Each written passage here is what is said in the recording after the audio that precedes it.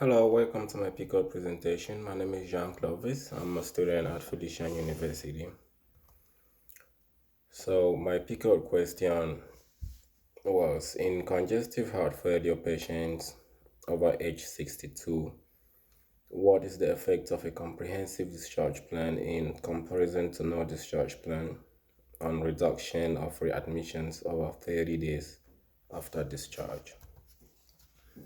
So the reason I picked this topic or selected this topic was because I had some personal reasons on researching how to reduce the admissions of patients with heart failure was a plus to my interest. Now, as when I was a kid, I lost my grandmom to heart failure, but then I didn't even know what that was. All I can recall is her feet swollen and her arm swollen, and she had really difficulty breathing. That went really bad from breathing while walking or doing any physical activity to difficulty breathing while at rest. Now, I can also recall her going back and forth to the hospital until she finally passed. And now, besides my personal interest and experience on congestive heart failure, I work in a hospital, and heart failure seems to be one of the main reasons why most readmissions of elderly patients occur. Now, with all these experiences, this left me with a huge interest in researching this topic with the hope that one day when I finally become a nurse or a nurse practitioner, I will be able to implement evidence-based practice in my nursing practice. Now, the search words I used and the limiting search directions, the databases, and number of results found. Some of the key terms I used were heart failure, congestive heart failure, chronic heart failure, discharge phone calls, hospital readmissions, CHF, discharge programs, heart failure, lifestyle, readmission, and rehospitalizations. In order to narrow down my search, I refined my search criteria to only nursing articles, quantitative research articles, peer-reviewed articles, and articles within the last 5 years. Now, the database I used, the main database was the Felician University database, and each article gave me a minimum of 10 results in the Felician University Library database. The number of articles selected for in-depth review and difficulties I encountered. So at first I selected a total of 4 articles, and after going through them, I finally settled with the 3 that were required for this project. But I had to make sure my professor, Dr. Meher, approved all those 4. She told me they were perfect, so I worked on 3. I selected the best 3 and I worked on. And there were a lot of difficulties when it came to researching these articles. At first, I put in all my PICOT question and nothing came up. I didn't find anything that matched the criteria for the required articles. I reached out to my instructor, and she recommended a librarian who I found very resourceful after our meeting. Now I have my literature summary table for quantitative research articles. I had 3 articles, so I have 3 different tables for the literature summary. Now the summary of the overall types of studies conducted. All 3 studies were quantitative, although some qualitative measures were used. Now, statistical data analysis, clinical approaches, interviews, and surveys were used. The first study evaluated the impact of post discharge telephone calls to patients. It actually proved effective because it reduced admission rates from 7.3% down to about 5.7% in the first 1 month. The second study used an interprofessional approach to reduce the admission of heart failure patients. Now, the interprofessional team included pharmacists, CHF specialists, case managers, a physician, and other healthcare members.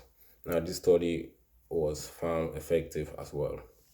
The third theory talks about effect of self-determination to reduce the amount of readmissions of CHF patients. Now, lifestyle and behaviors of human beings are major factors in cardiovascular diseases. Therefore, a discharge program based on self-determination theory was adopted, which improved the lifestyle of patients with CHF, and it was also found effective. So basically, self-determination related to lifestyle, it's simply talking about if the patient is able to do a little physical activity, if the patient can work on their diet to maybe reduce sodium intake and all those precautions. Now, the summary of the characteristics of study subjects. Subjects for the first study group were CHF patients aged 62 and above who received telephone outreach and engagement within 24 hours and beyond of hospital discharge. Now, the control group, about 1,994, received delayed telephonic outreach calls and engagement and 48 hours after their discharge.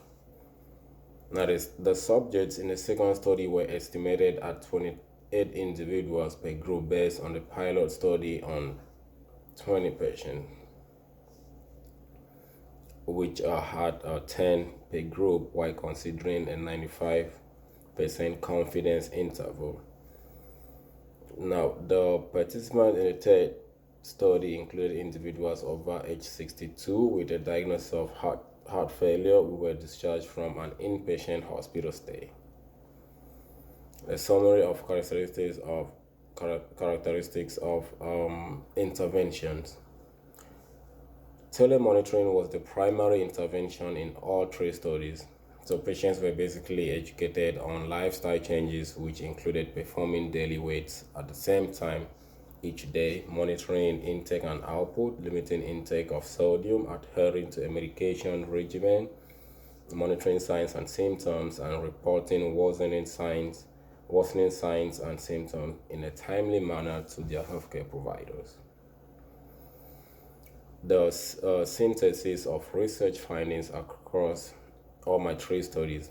Now, synthesis of research findings across all three studies involved interventions which included telephone calls made to patients after hospital discharge compared to usual care. Now, usual care included follow-up with a physician or a healthcare clinic, or a visit by a heart failure nurse specialist, a discharge, also discharge instructions, and patient education after hospital discharge. Additional interventions compared to discharge telephone calls included case management, in which multiple disciplines like social workers, pharmacists, nurse specialists, trained volunteers, and physicians followed up with the patient after discharge. The usefulness of applying the evidence-based treatment into clinical practice based on the synthesis of my studies. Now, evidence-based practice is important because it improves the quality of care that is rendered to the patients, including my CHF patients. It also enables healthcare workers to stay current on standardized methods to solve healthcare problems like CHF exacerbations. Also, with evidence-based practices, improvements of patient outcomes are effectively guaranteed. Now, deciding whether to apply the evidence, consider using the evidence or not. Use the evidence and justification of my answers. So, after this research study was conducted, I will apply the evidence to my clinical practice because this research proves a comprehensive discharge plan is capable or is just what is needed to reduce readmissions of CHF patients. Now, a comprehensive discharge plan starts the moment a patient is admitted to the hospital and involves other interprofessional team members like case managers, pharmacists, CHF trained nurses or specialists, and other healthcare workers.